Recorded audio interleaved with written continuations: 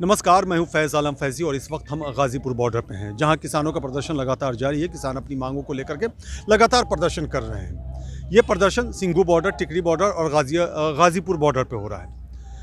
हमारे साथ 3 ख़ास मेहमान हैं, हम उनसे बात करते हैं इसी सिलसिले में कि आखिर ये प्रदर्शन कब तक चलेगा, क्या यूं ही चलता रहेगा या इसका कोई निदान भी निकलेगा। सबसे पहले आपसे बात करना चाहूँगा, आप शिक्षाविद हैं, आप अपना नाम बताएं, करते क्या हैं ये पहले बताएं। मेरा नाम डॉक्टर सोरन सिंह है। मैंने अर्थशास्त्र में पीएचडी की है, एजुकेशन में एमफिल की है, उसके बाद मैं प्रोफेसर रहा हूँ। उसके बाद मैं अपने शिक्षण संस्थान चलाता हूँ और सामाजिक राजनीतिक कार्यों में भागीदारी करता हूँ। यहाँ क्या कर रहे हैं आप? तो शिक्षाविद हैं, यहाँ क्या कर रहे हैं? बेसिकली मेरा ये आज 7वां चक्कर है। जब भी मेरे पास समय होता तो मैं यहाँ जरूर आता हूँ, ताकि कल को ऊपर जाके अगर हिसाब मांगा जाए कि जब देश का किसान सड़कों पे था तो तुम जैसे पढ़े लिखे लोग कहाँ थे। इसलिए मैं अपनी हाजिरी लगाने जरूर आता हूँ जब समय मिलता है। तो ये आपके जहन में क्यों आ गया कि जब ऊपर जाना होगा तो ऊपर वाला यानी भगवान आपसे ये सवाल करेगा? क्या एकदम बिल्कुल आप इतने ज़्यादा इमोशनली अटैच हो गए इससे? नहीं, किसानों के साथ वास्तव में ये सरकार जो कर रही है वो निंदनीय नहीं, अति निंदनीय है। ये निरंकुश सरकार है। ये किसी के बारे में नहीं सोच रही। जिस देश को चलाने वाला किसान है, जिस देश की जनता को, जिस दुनिया में रहने वाले समस्त मानवों को खाना खिलाने वाला किसान है, उसकी बातों को ये नहीं सुन रहे। 250 किसान यहाँ शहीद हो गए, लेकिन उनके बारे में प्रधानमंत्री या मुख्यमंत्री के मुंह से एक शब्द भी ना निकलना, ये साबित करता है कि इनकी आंख का पानी अब मर चुका है। इसलिए सब लोगों को मैं तो ये कहता हूँ, अगर मेरी बात जहाँ तक पहुँच रही है और गांव में हम मीटिंग करते हैं तब भी यही कहते हैं कि अब हर आदमी को यहाँ उपस्थिति जरूर लगानी चाहिए। अब काम का ज़्यादा समय है तो बारी बारी से जिसका नंबर आए वो यहाँ आए, ताकि यहाँ इस आंदोलन की मजबूती कम ना होने पाए। चलिए, आपसे और भी बात करेंगे। आप बताएं, आप अपना परिचय दें, कहाँ से हैं आप? हम बिलासपुर से हैं। कौन सी जगह? बिलासपुर? जिला रामपुर। अच्छा, ज़िला रामपुर, बिलासपुर। आप क्या करते हैं? खेती करते हैं। अच्छा, आप खेती करते हैं, तो यहाँ प्रदर्शन में शामिल होने आए आप। हाँ जी। तो आप पहली बार आए हैं या यहीं हैं आप? मैं चौथी बार आ जाऊँगा। चौथी बार आए हैं। क्या उम्मीद लेकर के आए यहाँ पे आप? सर, अगर यहाँ पे ऐसा है कि किसानों को आना चाहिए ज़्यादा से ज़्यादा, और यहाँ पे चौथी बार मैं आ चुका हूँ। मैं 10 दिन लगाता हूँ, फिर 10 दिन का बाद फिर दूसरे भाई आ जाते हैं छोटे वाले, फिर मैं चला जाता हूँ। मतलब ये कंटिन्यूटी बनी रहती है, पूरा परिवार इसमें शामिल है? हाँ जी, हाँ जी। अच्छा, तो आपकी खेती किसानी पर कोई इम्पैक्ट पड़ता है इससे, चूँकि आप तो यहाँ आ जाते हैं फिर? ऐसा सर, देखो, खेती जौन सी है, अगर खेती बचानी है तो पहले यहाँ पे आना ज़रूरी है। चलिए, खेती बचानी है तो यहाँ पर आना ज़रूरी है। संजीव चौधरी हैं, संजू के नाम से भी मशहूर हैं ये, और ये किसान नेता हैं। संजीव चौधरी, आप गांव गए हुए थे जहाँ तक मुझे मालूम है, वहाँ जा कर के क्या देखा आपने, क्या पाया? मैं गांव में गया हुआ था जी। मैं पिछले 7 दिन गांव में रहा हूँ। जब यहाँ पे भीड़ कम हो गई थी तो आपने मेरे पूछा था कि भीड़ कम होने का कारण क्या है, मैंने आपको जवाब दिया था। परंतु इसके बाद में मैं गांव में गया, कोई ऐसा तो नहीं है कि लंबा आंदोलन चलने के बाद में किसान थक तो नहीं गया। परंतु मैं 3-4 जिलों में अपने यहाँ पर गया है, मेरठ, बागपत, मुजफ्फरनगर, शामली, बीच रोड तक गया। उसके बाद में मैंने देखा कि वहाँ पर जो बातें हो रही है, जो किसान बैठा है घर पे, हम यहाँ पे बैठे हैं, वहाँ से ज़्यादा चिंता जो किसान बैठा है गांव में, जो यहाँ से वापस चला गया काम के लिए, तो इससे हमारे से ज़्यादा चिंता है। तो मैंने इनसे पूछा जी, वहाँ पर आदमी कम हैं तो आप जा क्यों नहीं रहे, आप यहाँ तो चिंता बहुत काफ़ी कर रहे हैं। तो इन्होंने बताया कि काम कितना है मुझे भी पता, क्योंकि मैं भी किसान परिवार से आता हूँ, गन्ने की खेती करते हैं, तो बहुत ज़्यादा गाँव में काम है। परंतु इन्होंने एक आश्वासन दिया है गाँव के तमाम लोगों ने, भाई अगर कोई बात होने लगे कभी कि आंदोलन को हंगामा ताकत के बल पर बलपूर्वक तरीके से अगर उठाने की अगर कोई बात होने लगे, तो हम करीबन तमाम गाँव में, आपको एक और बात बता दूँ, तमाम गाँव में 10-10, 20-20 ट्रैक्टर ऐसे खड़े हैं जो तेल डाल चुके हैं, और ये कुछ काम नहीं है इनका। शाम को कभी ऐसा ना हो कि इमरजेंसी में तेल ना मिले और ट्रैक्टर वहाँ ले जाना पड़ जाए, गाजीपुर या सिंघू बॉर्डर, किसी बॉर्डर पर, तो ये तमाम लोग आने की तैयार एकदम आ जाएंगे 2 घंटे के अंदर। अच्छा, ये बताइए, चूँकि आप टिकैत फैमिली से हैं, राकेश टिकैत का भांजा हैं, कई तरह की नैरेटिव तैयार करने की कोशिश की गई, जैसे उनकी संपत्ति को लेकर के कई तरह की बातें निकल करके सामने आई। इसके अलावा भी और बहुत सारी बातें निकल करके या निकालने की कोशिश की गई, सामने लाने की कोशिश की गई। क्या इसे भी लोग सुन रहे हैं? इसका भी कोई प्रभाव पड़ रहा है या लोग नज़रअंदाज कर दे रहे हैं? देखो, जब आंदोलन किए जाएंगे सरकार के खिलाफ, कोई भी सरकार हो, वो ये इसके उस समय इस आदमी पे बेईमान ना करा, इस आदमी ने इस पे वहाँ पैसे है, दबाव में डालने की सरकार काम करती है। मेरे पे भी डाला जाता है कि इनकम टैक्स का नोटिस है मेरे पे, परंतु जो डर जाएगा। हम नहीं डरे तो मैं नोटिस भेजने बंद कर दिए। अब मुझे कहा कि मुझे बागपत जिले में मेरे पे 18 मुकदमे हुए, हमने नहीं माने। कुछ लोगों ने जाके कुछ कर लेंगे, वापस ले लिया, हमने नहीं किया। भाई जेल में जाना तो भाई हम 20 आ गए जेल में चले जाएंगे, परंतु हमारी जो आने वाली नस्लें है तो ये तो कहेंगे कि हमारे पिताजी, हमारे पापा जी, हमारे दादाजी डरे नहीं है।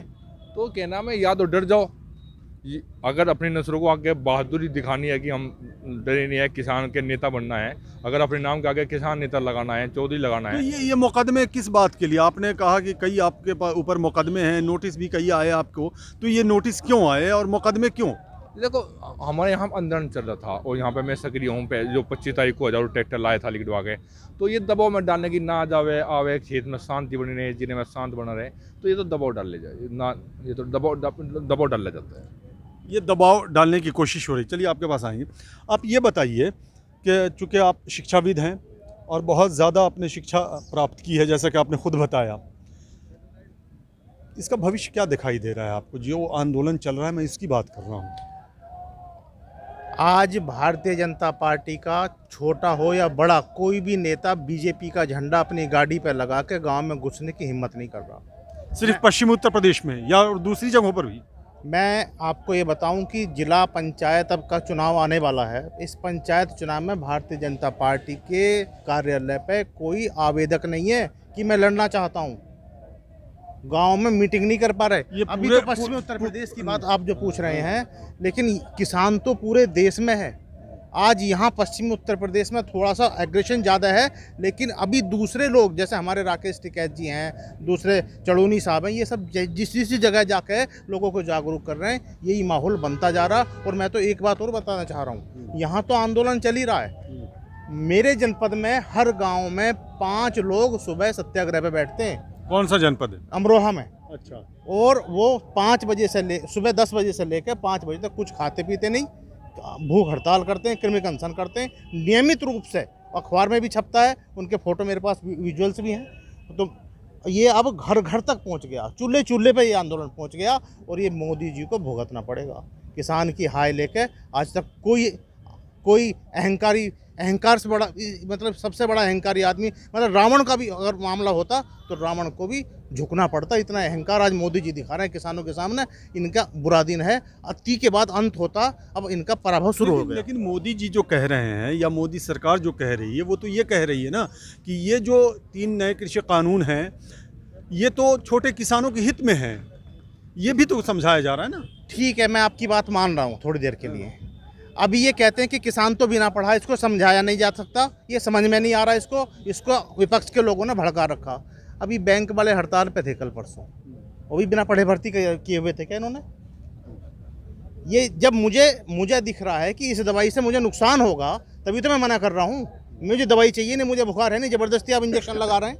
ये तो वो वाली बात हुई।